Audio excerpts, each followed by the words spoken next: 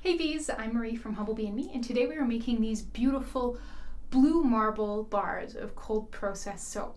So the thing that I was trying with these bars, first we have an indigo infusion coloring the swirls, but the big thing that I was excited about trying was a water discount to eliminate or reduce glycerin rivers, which is sort of a visual phenomenon that you can get when you make a bar that has quite a lot of titanium dioxide in it, as these ones do. So when I met Ariane from La Fille de la Mer at the Handcraft and Soap and Cosmetic Guild conference in Toronto last June, we were talking about glycerin rivers, and she goes, "Oh, have you seen the Auntie Clara post on glycerin rivers?" And I hadn't. So I went and looked it up, and I'll link it in the description box below. It's a great post, but the general gist of it is that if you use a water discount, you can greatly reduce or eliminate glycerin rivers, which is fantastic. And so that's what I did, and here we are.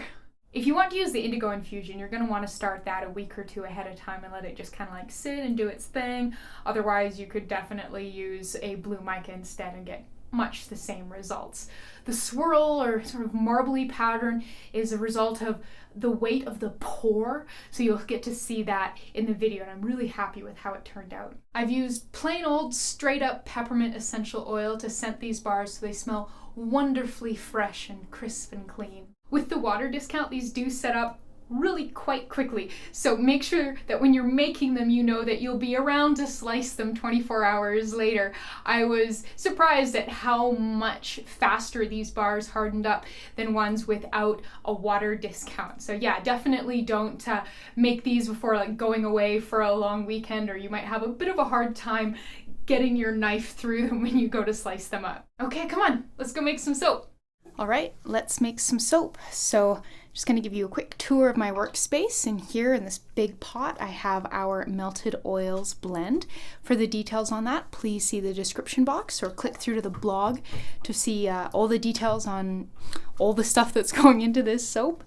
Over here we have our lye solution. Both of these have been mixed up and cooled to just slightly warmer than room temperature. We have our immersion blender. We have some kaolin clay. We have some titanium dioxide pre-dispersed in castor oil. We have our scent blend, which is peppermint essential oil. We have an additional container. We have some oil that has been infused with indigo root, so that's going to be our colorant. And then just off to the side here, just on the edge, you can see our mold, which I have lined with parchment paper. So I just got that off to the side for now, since we won't need it for a little while. And then just here we have some paper towel, always a good thing to have on hand when you are making soap. So the first thing I'm going to do is blend in our clay.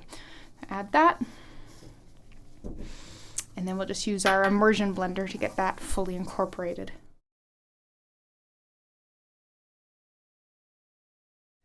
Once that's fully incorporated, we're going to add our sodium hydroxide solution and bring it to a thin trace.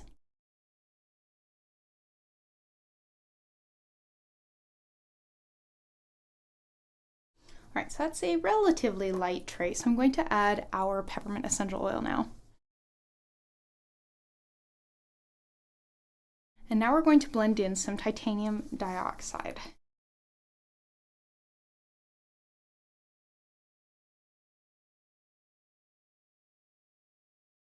Right, so I think that is white enough, so I'm going to now divide it up so that we can do our swirl. So I'm going to pour a portion of the batter into this secondary cup, and we're going to dye the secondary portion blue with that indigo infused oil in the jar there.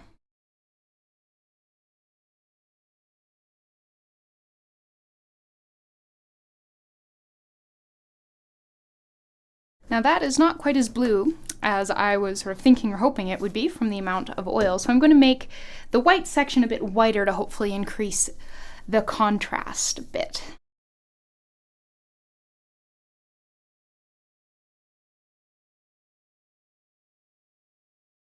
So I'm going to kind of let the weight of the pour do our swirling. I'm going to do mostly white here.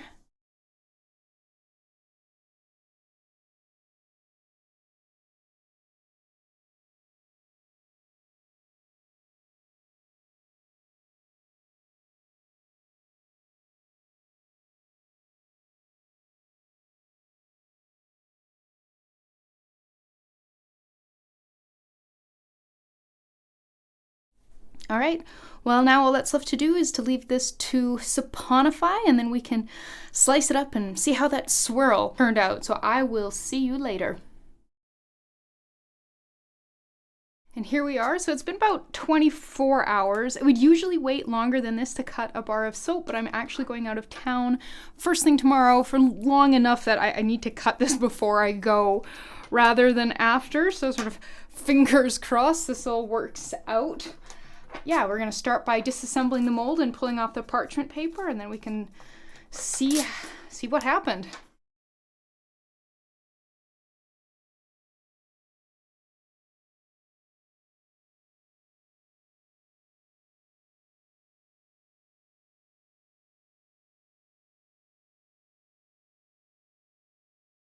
Well, that's very interesting. It's quite marble-like. I'm really, really interested to see how this plays out through the rest of the loaf.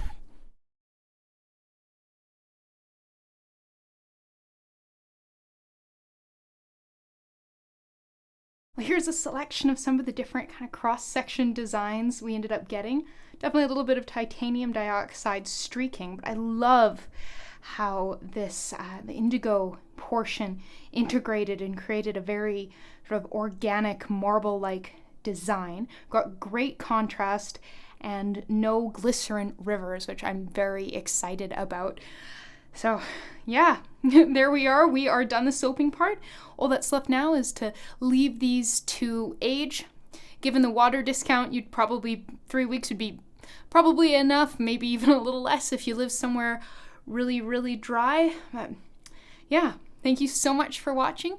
Please subscribe. Please remember to go down to the description box below this video and click through to find this recipe on my blog, where you'll find everything written out, all the information about the fat blend, the additives, the water discount, the super fatting, all that good stuff, plus lots of pictures and information on where to buy all the ingredients. So thank you so much, and I'll see you next time.